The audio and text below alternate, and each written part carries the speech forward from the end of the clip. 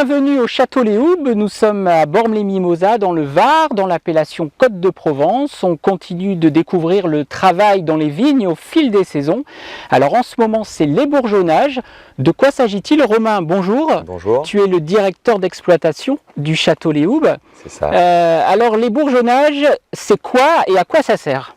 Les bourgeonnages, comme son nom l'indique, et bourgeonnage, donc on enlèvera des bourgeons. Il faut imaginer qu'en hiver on a laissé certains bourgeons qui porteront les fruits pour la vendange prochaine, et c'est ceux-là qu'on veut voir pousser correctement. Mais à côté de ça, il y a plein d'autres bourgeons qui sortent. La vigne est une liane, donc elle a tendance à proliférer, donc il faudra éliminer tous ces bourgeons ou ces pampres ou ces gourmands qui viendront prendre l'énergie de la plante plutôt qu'en fournir. Pour focaliser l'énergie de la plante sur les raisins, ça limitera aussi le rendement forcément, et ça limitera les entassements de végétation, et du coup ça limitera aussi les risques de maladies sur le vignoble.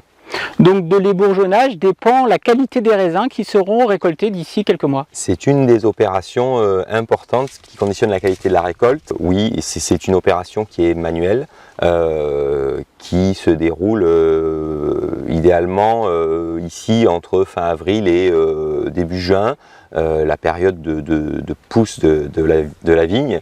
On pourra faire un deuxième passage derrière si besoin, pour rééliminer les nouveaux gourmands qui sont sortis. Alors concrètement, comment fait-on pour ébourgeonner? Romain, tu nous montres? Allez, on y va. Allez, c'est parti.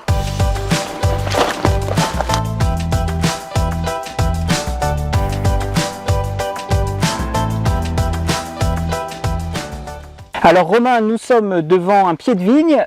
Explique-nous comment on fait pour ébourgeonner. Un petit coup d'œil d'abord, voir s'il est bien formé et identifier rapidement ce qu'il y a à faire, et puis ensuite on y va. Le pied est établi, il y a beaucoup de bourgeons, donc on va éliminer ce qu'on ne souhaite pas, c'est-à-dire tout ce qui est au pied, les pampres du pied, et ensuite tout ce qui n'a pas laissé, tout ce qui est hors, en plus des bourgeons laissés à la taille, pour ne laisser que ceux qui porteront les grappes, qui sont là, pour n'en laisser normalement que 8 sur le pied complet. Il arrive parfois qu'on en laisse un ou deux de plus pour assurer des renouvellements de bois pour la taille prochaine. Et voilà, l'idée c'est encore une fois de limiter la végétation et de faire en sorte que la plante se concentre sur sa production, plutôt que sa production de raisins, plutôt que sa production de feuilles. Voilà.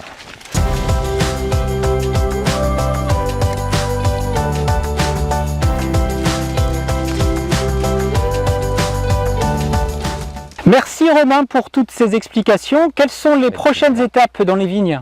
On va finir les bourgeonnages, on va faire un deuxième passage des bourgeonnages, et puis on va relever la végétation, c'est-à-dire qu'on va relever des fils qui permettront simplement de guider la végétation, et puis on fera une vendange en verre pour limiter le rendement, pour n'avoir que le rendement souhaité, le plus qualitatif possible. Tout ça va nous amener jusqu'à début juillet, et ensuite on laissera le raisin mûrir gentiment pour la récolte 2021. Eh bien, bon courage. Merci. Quant à nous, on se retrouve bientôt dans le vignoble, toujours pour découvrir le travail dans les vignes au fil des saisons. À très vite.